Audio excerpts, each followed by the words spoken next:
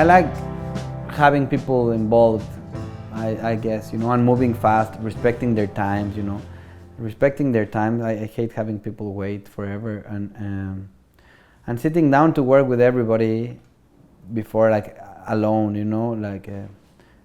involving people. I think that's super important, like other people involved from things that are beyond their department, and like with actors, just like this explaining them why they are there, like why do you, like, not only because I don't have money and you are the only one that I can afford.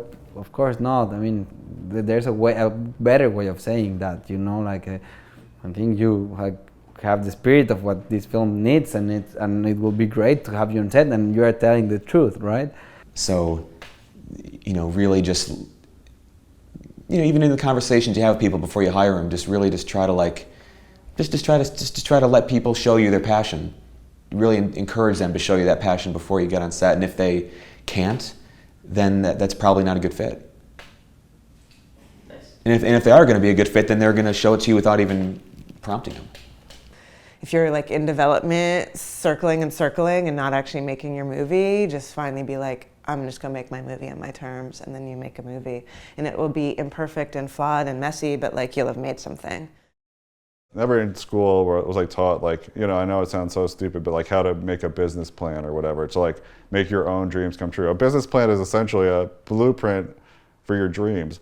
And it's like never once in my whole career was I taught how to make that. I was just taught like how to get a job, how to, keep the employers happy, all this kind of stuff. It's like, be a good drone. But then it's like, oh, as soon as I learned how to do this, and as soon as like people started giving me money to invest in ideas, I was just like, why wasn't I taught this? I was like, where in school is this being taught? And that's something I'm definitely, gonna instill into my kids.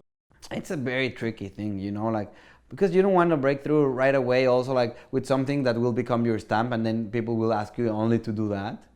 But also you don't want to be like 45 and doing your film debut about teenagers kissing when you don't even relate to that, but you've been writing and holding that story for 17 years, I do know that it's important for filmmakers to carve out time for their own work, no matter what they're doing, to make a living.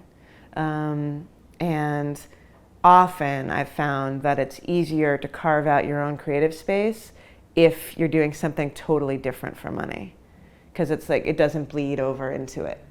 I think about what Bergman said in, I think it was The Magic Lantern, one of his autobiographies. He said that a film should be like a chair or a table, or it should have like a practical purpose or reason for being in someone's life.